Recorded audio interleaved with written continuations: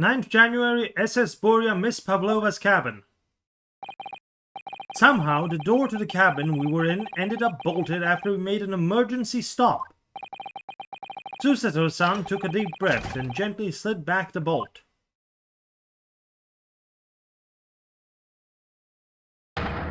You! What are you doing in Miss Pavlova's quarters? Ah, you both look unhurt. Good. Yes, we're fine, thank you. What on earth happened? We heard something about how we were going to collide with another ship. Yes, it appears to have been a false report, though. Oh, how did that happen? There's been a dense fog outside, so it's extremely difficult to see. Someone must have thought he saw a ship ahead. This person obviously triggered the alarm, and that's why we made an emergency stop. Everything is chaos. Passengers are screaming. Crew are running everywhere. This first-class area is the only quiet part of the ship at the moment. Oh, I see. Someone triggered the alarm. Does that mean that someone pressed that button outside? Ah! You wicked intruder! Dressed all in black! You are the devil! Sorry? Me? I've been called a lot of things before, but devil is a first. You opened my traveling case! How could you? What? No! We didn't touch it! That's right, Miss Pavlova. It was already open when we came into your cabin. Inspector! Yes? Arrest this man. I know he did it. He is a criminal. It is not enough that he has killed a man. Da! And he is stowaway as well. If Vixen promises not to steal chicken, do you believe? Take him away. He is a trespasser as well as everything else. Stowing away, trespassing, killing. She is right. You are devil. It doesn't look good, does it? There is cell below deck. Throw him in. Tomorrow we dock in Hong Kong. Then we give you straight to police. Wait, a cell? Please, Inspector Hosonaga, is there anything you can do? This is a Russian vessel. I really have no jurisdiction here. After my last effort to appeal to the captain's good nature, I think I'm out of options. This is terrible. This is a real crisis. I've got to find a solution. Immediately!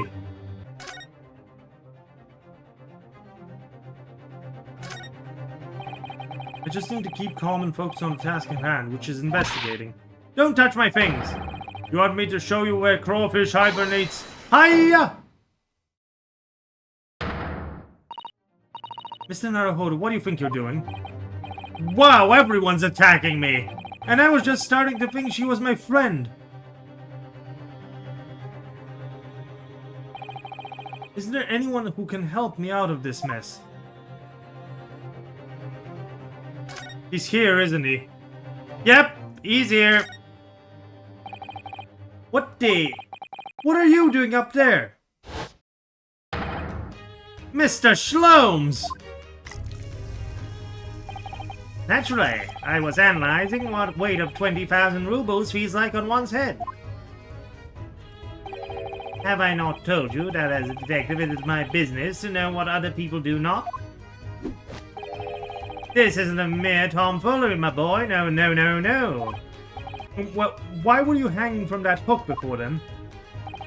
Isn't it obvious? To properly assess the weight of the 20,000 rubles, naturally. I wish to determine if it would bend the conceited-looking hook on the wall, so full of brag and bounce. Ah, I never knew whether to take this man seriously or not. Ah, you again. The great detective. Ah, Inspector. I confess I've been looking for you. I have something to report to you most urgently. Well, you might try looking for me somewhere other than a hook on the wall next time. What is to report? Speak! An urgent report from a great detective can mean but one thing. Yes. The case of the curious murder that took place last night here on this vessel, the steamship Boria, has been solved. By me, naturally. What? Really? Yes, I have eliminated all other possibilities. No other explanations exist. So, allow me to illuminate all your minds. For I'm about to reveal my great detective's greatly admired great deduction to the case. Ah, you have solved it? Even Hedgehog understands this case. We all knew who was responsible for killing Student Boy this morning when he found criminal in wardrobe. It is this stowaway, and he has handcuffs to prove it. I didn't do it. The trouble is, there doesn't appear to be anyone else who could have killed the victim. Because as everyone knows, the cabin door was bolted shut from the inside. That means the culprit must be someone who was inside the cabin. Yes, it's what's called a locked room mystery in detective stories. Ah, locked room, that's the point. The room was locked. Well, I can't deny that. There's no way that bolt could have been drawn across from the outside the cabin. You're all quite mistaken. The cabin next door is not a so-called rock loom. Rock loom? The cabin next door is not a so-called locked room at all. What? Oh yes, there's another entrance.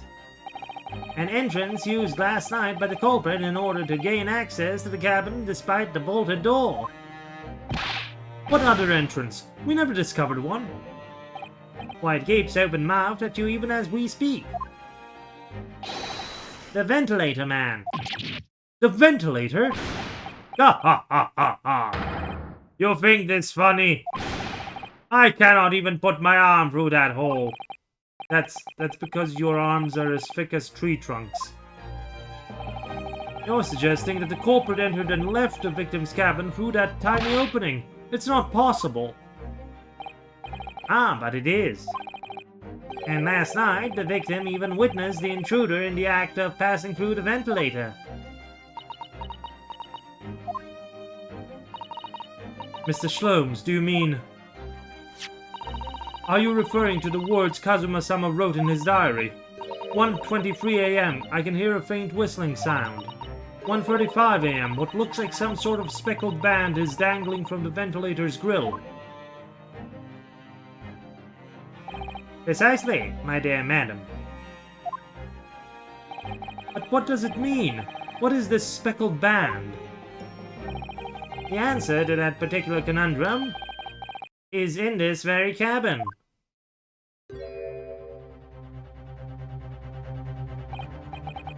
Mr. Shlomes, what are you doing?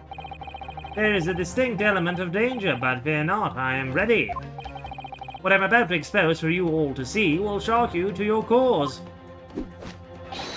Behold! Yeah! What the?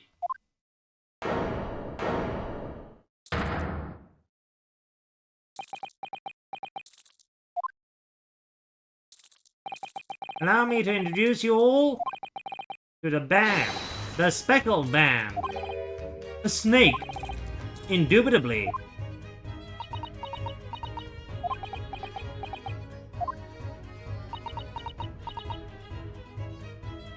Is this just going to be the repeat of the Sherlock Holmes mystery? Because in the mystery, the snake goes from one room through like one of those ventilator opening things into the other room and kills the victim because the victim mistakes the the snake for the bell pull, pulls the snake, angers the snake, gets bitten by the snake, and then dies, and the snake crawls back, being attracted by the whistling sound, so to say. Mr. Shlomes, just one thing. Hey, what troubles you?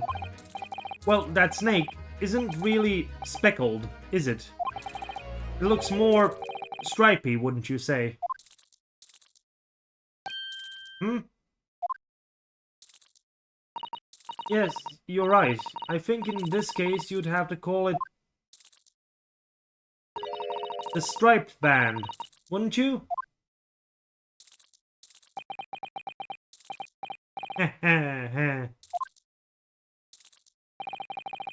You both see and observe with distinction, however.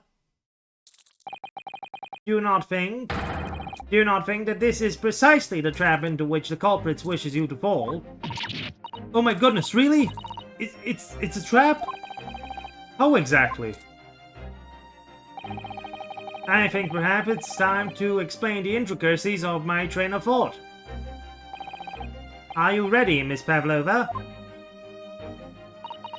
I'm sorry for the young man who died, but that is all. His death has nothing to do with me. This whole thing is nothing to do with me. There are two conclusions I have drawn from the facts. Number one, last night your friend infiltrated the victim's cabin. Ah! And number two, that same friend was responsible for the victim losing his life. No! He's turned as white as a bowl of rice again. Sholmes must be right. He hit the nail on the head. This young woman's friend killed Mr. Sogi?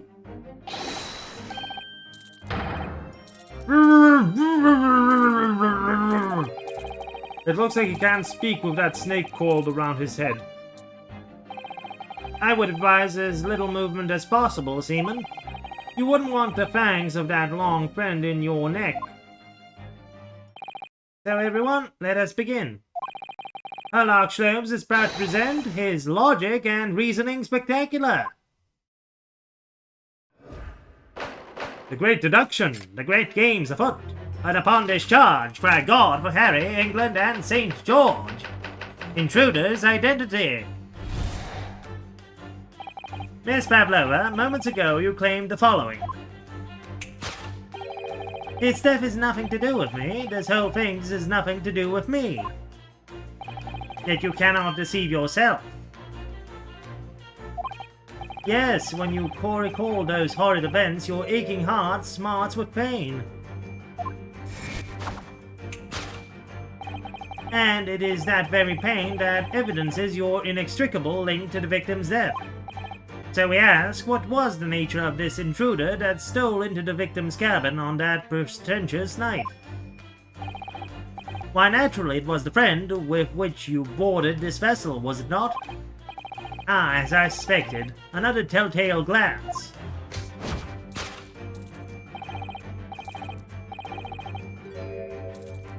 Without a doubt, your friend is the writhing serpent we see before us. And yet, that fact leaves us in a quandary. The victim's written observation on the night in question tell of a speckled band. Whereas, regrettably, this specimen's markings do not fit that description in any way.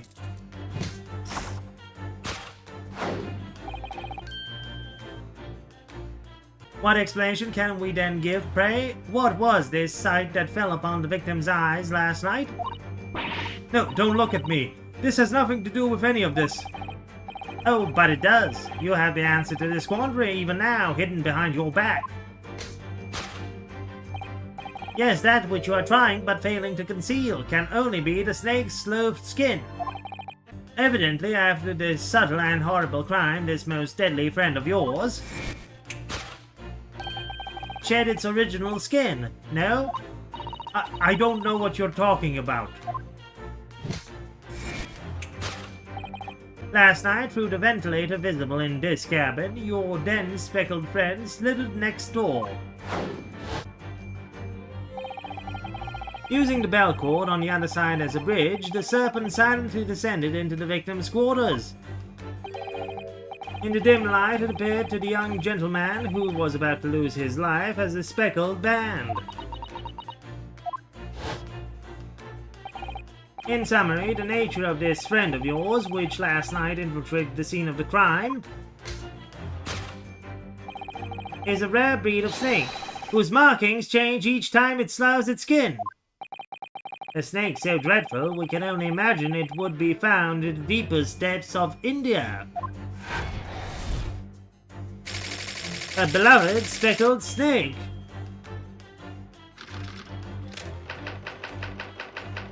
how Mr. Sogi died. Moving on, we come to the heart of the matter, the grim demise of the victim. How did this young man lose his life, and why? According to the data of which I have been apprised, it would appear that there were no visible signs of injury. Ah. In fact, the circumstances of the victim's death can only be explained by a terrible venom. Now, if we take that as a fact, we can reasonably imagine that there remains evidence to affirm it at the scene of the crime. Oh no, could there be? Yes, an examination of the deceased's body will prove the cause of death conclusively. The almost but not unique, imperceptible puncture wound left by the venomous fangs will seal the truth. Yes, the vestiges of the snakebite delivered by your terrifying friend. This makes no sense.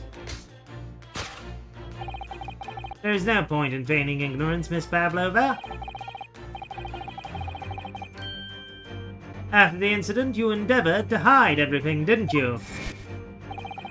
But now your involuntary glance betrays the hiding place you chose. That's right.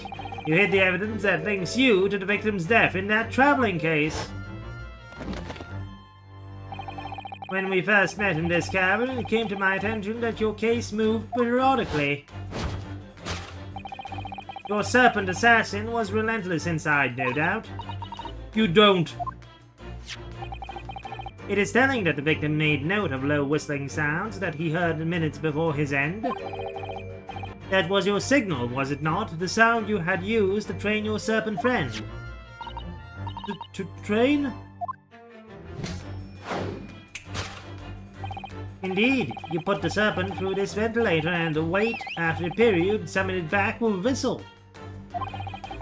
You couldn't know if the animal had done its duty, so you would listen for signs of life next door. If the victim appeared not to have been dispatched, you'd release the snake once more. You deny this snake has undergone such training? It's not true! Having slowed through the ventilator and down the bell cord, the creature needed only to sink its fangs in once, and its venom would course through the victim's veins, ending his existence forever. That is the true nature of the speckled band that took the poor young man's life. There can be no doubt. My logic is infallible. Conclusion: death by a venomous snake's bite.